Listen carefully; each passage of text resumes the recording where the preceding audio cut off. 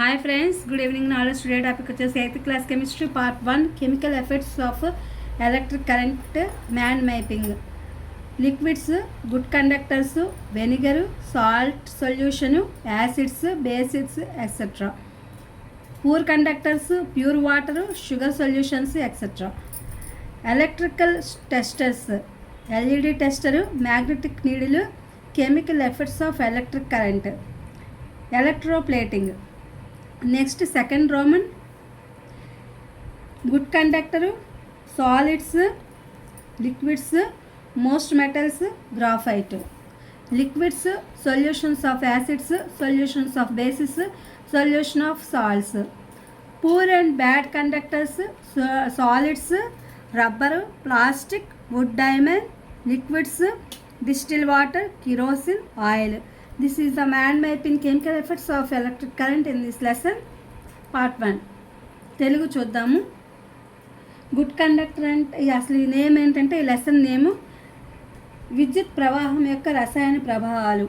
Lesson name వచ్చేసి chemical effects of electric current అంటే విద్యుత్ ప్రవాహం యొక్క రసాయన ప్రభావాలు అంటే ఏంటంటే విద్యుత్ ప్రవాహము ఒక ద్రవం గుండా ప్రవహించినప్పుడు సంభవించే రసాయన మార్పులను సూచిస్తుంది అన్నమాట. ఈ మార్పు విద్యుత్ విశ్లేషణ వంటి ప్రక్రియలో జరుగుతాయి. ఇక్కడ రసాయనాలు విడిపోతాయి లేదా కొత్త సమ్మేళనాలు ఏర్పడతాయి లేదా ఎలక్ట్రోప్లేటింగ్ వంటి ప్రక్రియలు లోహపు పొర వంటి మరొక పదార్థంతో ప్రతిక్షేపించడం అనేది జరుగుతుంది. అందులో మనకి ఏమి ఇచ్చాడంటే లిక్విడ్స్ ఇచ్చాడు, అంటే ద్రవాలు. ఈ ద్రవాల్లో కూడా మంచి విద్యుత్ వాహకాలు ఉన్నాయి. గుడ్ కండక్టర్స్ అంటే మంచి వాహకాలు లేదా అదనమాట. ఈ మంచి వాహకాలు ఏంటంటే విద్యుత్ లేదా వేడిని సులభంగా ప్రసారం చేస్తాయి. ఆ పదార్థాలు ఏంటంటే కాపరు మరియు అల్యూమినియం వంటి లోహాలు మంచి విద్యుత్ వాహకాలుగా ఉంటాయి ఎగ్జాంపుల్స్కి. నెక్స్ట్ వచ్చేసి vinegar solutions, vinegar, salt solution, acids, basis చూద్దాము. వెనిగర్ ఒక బలమైన ఎసిడిక్ ఆమ్లము. దీని యొక్క ద్రావణం అయోనైజేషన్ ప్రభావం చూపుతుంది. ద్రావణం యొక్క అయానిక్ బలము పెంచుతుంది, కానీ అది ఆమ్లంగానే ఉంటుంది. ఉప్పు ఒక తటస్థ పదార్థం, అయితే వెనిగర్ ఒక ఆమ్లము. మరియు ఈ రెండు మధ్య జరిగేటువంటి రసాయన చర్యలో ఆమ్లం నుంచి అంటే ఆమ్లం అంటే బేస్ నుంచి ఏర్పడినటువంటి ఉప్పు మరియు ఇతర పదార్థాలు ఇందులో ఉంటాయన్నమాట. ఇంకా చాలా ఎగ్జాంపుల్స్ అనేవి దీంట్లో ఉన్నాయి. నెక్స్ట్ వచ్చేసి పూర్ కండక్టర్స్ అంటే బలహీనమైన వాహకాలు. ఈ బలహీనమైన వాహకాలు ఏమున్నాయంటే pure water, sugar solutions, etcetera. ఈ విద్యుత్ లేదా వేడిని సరిగ్గా ప్రసరింప చేయవు అనమాట. ఈ బలహీనమైన వాహకాలు ఏంటంటే అవి సరిగ్గా ప్రసరింప చేయవు. పదార్థం అంటే ఎగ్జాంపుల్స్ ఏంటంటే గాజు, రబ్బరు ఇట్లాంటివన్నీ కూడా దాంట్లో ఉంటాయి. ఈ పదార్థాలు విద్యుత్ ప్రవాహాన్ని నిరోధిస్తాయి, ఎందుకంటే వాటిలో ఎలక్ట్రాన్స్ అనేవి బంధించబడి ఉండవు కాబట్టి అవి అలా ఉంటాయి. లేదా అయాన్లు స్వేచ్ఛగా కదలలేవు దాంట్లో వచ్చేసి. నెక్స్ట్ వచ్చేసి మనకి రసాయన శాస్త్రంలో స్వచ్ఛమైన నీటిలో కరిగిన చక్కెర అంటే ఇక్కడ ద్రావణం చక్కెర షుగర్ సొల్యూషన్ ఇచ్చాం కదా, ఇది ఒక సజాతీయ మిశ్రమం. దీని నుండి దీనిని ద్రావణం అని కూడా అంటారు, ఎందుకంటే ఇది చక్కెర నీటిలో పూర్తిగా కరిగిపోతుంది. స్వచ్ఛమైన నీరు అంటే H2O అనేది శుద్ధి చేసిన చక్కెర అనేది ఇక్కడ ఉప్పు, వజ్రము ఇటువంటి స్వచ్ఛమైన పదార్థాలను ఎగ్జాంపుల్స్గా తీసుకుంటే, ఎందుకంటే వాటికి స్థిరమైనటువంటి మార్పు ఉండదు కాబట్టి అది. తర్వాత ఎలక్ట్రికల్ టెస్టర్. ఈ ఎలక్ట్రికల్ టెస్టర్ వచ్చేసేసి ఇదేంటంటే విద్యుత్తును పరీక్షించేటువంటి ఒక ఉపకరణము. అదేంటంటే ఏదైనా ఒక ఎలక్ట్రిక్ పరికరంలో లేదా క్షేత్రంలో విద్యుత్ తీగల్లో విద్యుత్ అంటే ఏసీ కరెంటు ఉందా లేదా అని తెలుసుకోవడానికి ఉపయోగించేటటువంటి ఒక టెస్టర్. ఇది చిన్నదైనటువంటి కలిగిన ఒక విద్యుత్ ఉన్నా లేదా అని తెలుసుకోవడానికి ఉపయోగపడే ఒక పరికరం అనమాట ఎలక్ట్రికల్ టెస్టర్ అంటే.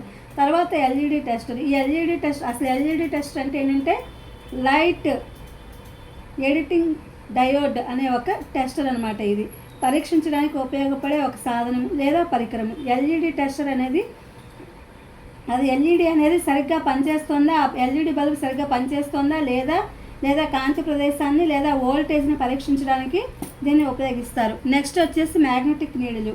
ఇది విద్యుత్ ప్రవాహము అయస్కాంత క్షేత్రాన్ని ఉత్పత్తి చేస్తుంది. ఇది అయస్కాంత సూచి కదలడానికి కారణమవుతుంది. అంటే సూది లాంటి ఒక మన ఉంటుంది, అది కదలడానికి కారణమవుతుంది. తర్వాత ఒక టెస్ట్ అనేది చేయడం, ఒక ప్రయోగం ద్వారా ఒక తీగ ద్వారా ఈ విద్యుత్ యొక్క దాన్ని ప్రవహించినప్పుడు ఆ యొక్క సూచిక అనేది కదిలిపోకుండా అది నియమించబడుతుంది. ఇది విద్యుత్ అయస్కాంత తత్వాన్ని ఒకదాని తర్వాత ఒకటి సంబంధం కలిగి ఉంటాయన్నమాట. దీన్ని విద్యుత్ అయస్కాంత తత్వం అని చెప్పి అంటారు. తర్వాత chemical effects of electric current. ఇదేంటంటే విద్యుత్ ప్రభావం యొక్క రసాయన ప్రభావాలు. విద్యుత్ ప్రవాహము ఒక ద్రావణము అంటే లిక్విడ్ గుండా వెళ్ళినప్పుడు రసాయన ప్రతిచర్యలు సంభవించేలా చేసేటటువంటి ఒక విద్యుత్ ప్రవాహం యొక్క రసాయన ప్రభావాలు అంటారు. ఈ ప్రభావాల్లో ఎలక్ట్రోడ్లు అనేది వాయు బుడగలుగా ఏర్పడడంలో నిక్షేపాలుగా పేరుకుపోయి ఉండటం వల్ల ఆ యొక్క ద్రావణంలో ఇవి కలిగి ఉంటాయన్నమాట. తర్వాత ఎలక్ట్రోప్లేటింగ్ అంటే విద్యుత్ ప్రవాహాన్ని ఉపయోగించిన ఒక వస్తువు పైన వేరే లోహాన్ని పూత చేసేటటువంటి ప్రక్రియను. దీన్ని తుప్పు నివారణకు, అలంకరణ లేదా వస్తువులకు భౌతికమైనటువంటి లక్షణాలు, బలము, వాహకత మరియు రూపాన్ని మెరుగుపరచడానికి దీన్ని ఎలక్ట్రోప్లేటింగ్ అనే దాన్ని మనం ఉపయోగించడం అనేది జరుగుతుందన్నమాట. తర్వాత నెక్స్ట్ రోమన్ వచ్చేసి ఎలక్ట్రిక్ కండక్టివిటీ. ఈ ఎలక్ట్రిక్ కండక్టివిటీ అంటే విద్యుత్ వాహకత. ఈ విద్యుత్ వాహకత అనేది ఒక పదార్థం ఎంత సులభంగా విద్యుత్ ప్రవాహాన్నైనా యత్నిస్తుందో, అంటే ఆ విద్యుత్ సామర్థ్యం దాంట్లో వెళ్ళేందుకు తీసుకువెళ్తుందో దానిని మనము సిగ్మా అనే గ్రీకు అక్షరంతో సూచిస్తామన్నమాట. ఇది విద్యుత్ వాహకత ఎక్కువగా ఉంటే ఆ పదార్థం నుంచి విద్యుత్ వాహకత కలిగి ఉంది అని చెప్పి అంటారు. దీన్ని ప్రమాణం ఏంటంటే సిమెన్స్ ఫర్ మీటర్, S/M అనే దాంతో దీన్ని కొలుస్తారు. ఇందులో కూడా మంచి విద్యుత్ వాహకము, గుడ్ కండక్టర్, సాలిడ్స్, బేసిడ్స్ ఉన్నాయి. దీంట్లో సాలిడ్స్ చూద్దాము. పదార్థం యొక్క ప్రాథమిక భాగాలైన పరమాణువులు, అణువులు మరియు స్ఫటికాలు వాటి గుండా ఇవి ప్రారంభం అవుతూ ఉంటాయి. దీంట్లో గుడ్ కండక్టర్లు, సాలిడ్స్లో. తర్వాత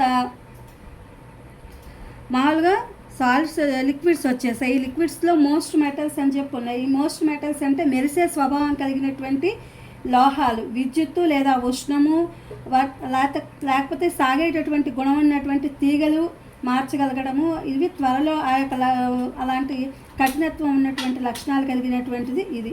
తర్వాత లిక్విడ్స్ వచ్చేసి ద్రవాలు వచ్చేసి ఒక ముఖ్యమైన అంశం. ఇది పదార్థాలు 3 స్థితుల్లో ఉంటుంది. అది వాయు, ద్రవ, ఘన స్థితుల్లో ఉంటుంది.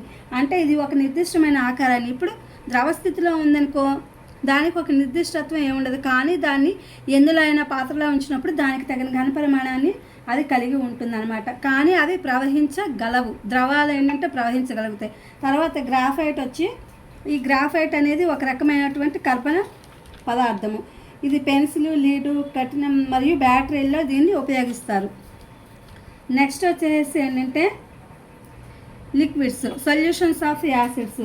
ఇవి ఏంటంటే నీటిలో కరిగినప్పుడు మామూలుగా ఆమ్లాలు పరిష్కారము, ఆమ్ల లక్షణాలు ఇలా అధ్యయనం చేయడం వల్ల వాటిని గుర్తించగలగడము మరియు తటస్థీకరించడం వలన శాస్త్రీయ పద్ధతులు కలిగి ఉంటుంది. ఆమ్ల ద్రావణాలు సాధారణంగా వాటి యొక్క pH 7 pH కన్నా తక్కువ కలిగి ఉంటాయి. 7 కంటే తక్కువ pH కలిగి ఉంటాయి అన్నమాట ఇవన్నీ కూడా. నెక్స్ట్ వచ్చేసి సొల్యూషన్ ఆఫ్ బేసెస్. ఇవేంటంటే నీటిలో కరిగినప్పుడు హైడ్రాక్సైడ్ అయాన్లు OH- OH+ అనేటటువంటి పదార్థాలు వీటిలో ఉంటాయి. ఈ H+ అనేది కరిగించే పదార్థాలు, వీటిని క్షార లవణాలు కలిగి ఉన్న పదార్థాలుగా చెప్తారు. తర్వాత సొల్యూషన్ ఆఫ్ సాల్ట్స్. నీటిలో కరిగిన లవణాలు, ఆమ్లాలు, క్షారాలు చెలిజరిపినప్పుడు ఈ లవణాలు అనేవి ఏర్పడతాయి. ఈ సాల్ట్స్ అనేవి, ఈ లవణాలు నీటిలో కరిగినప్పుడు అవి అయాన్లుగా విడిపోయి ద్రావణాన్ని ఏర్పరుస్తాయి. ఇది విద్యుత్తును చేయగలదన్నమాట ఇది.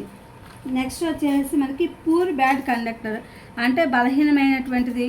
దీంట్లో కూడా సాలిడ్స్ ఉన్నాయి. ఉష్ణము లేదా విద్యుత్తును తమ గుండా సులభంగా ప్రసరింప చేయలేనటువంటి పదార్థాలను మనము ఈ యొక్క పూర్ బ్యాడ్ కండక్టర్స్ అని చెప్పి ఉంటాము. ఆ యొక్క వాహకాలు అంటారు. వీటిలో ఎలక్ట్రాన్లు, అయాన్లు గట్టిగా బంధించబడి ఉంటాయి. అందువల్ల అవి స్వేచ్ఛగా కదలలేవు. ఎగ్జాంపుల్స్ ప్లాస్టిక్, రబ్బరు, అలాగే వజ్రము, డైమండ్, స్వేదన జలము అంటే డిస్టిల్ వాటర్, సల్ఫర్, ఇవన్నీ కూడా వీటి కిందకు వస్తాయి అన్నమాట.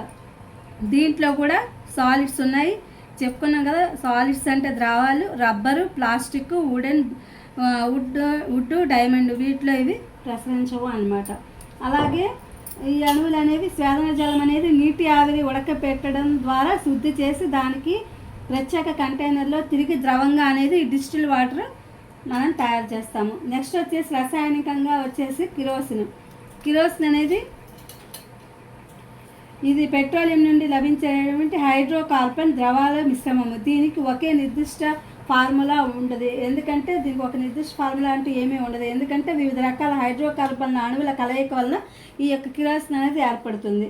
ఇంకా ఆయిల్ వచ్చేసి నూనెలు కూడా హైడ్రోకార్బన్లు మరియు వాటి రసాయన ధర్మాలు సంతృప్తి మరియు అసంతృప్తి అంటే క్రొవ్వులు గురించి రసాయనాలు ఏర్పరుస్తూ ఉంటాయి. ఇది friends Telugu English version chemical effects of electric current అనేది పార్ట్ 1 8th క్లాస్. ఇది మీకు ఉపయోగపడుతుందని వీడియో అప్లోడ్ చేస్తాను. Please my channel like share subscribe and comment. Thank you for watching. Thank you for our support.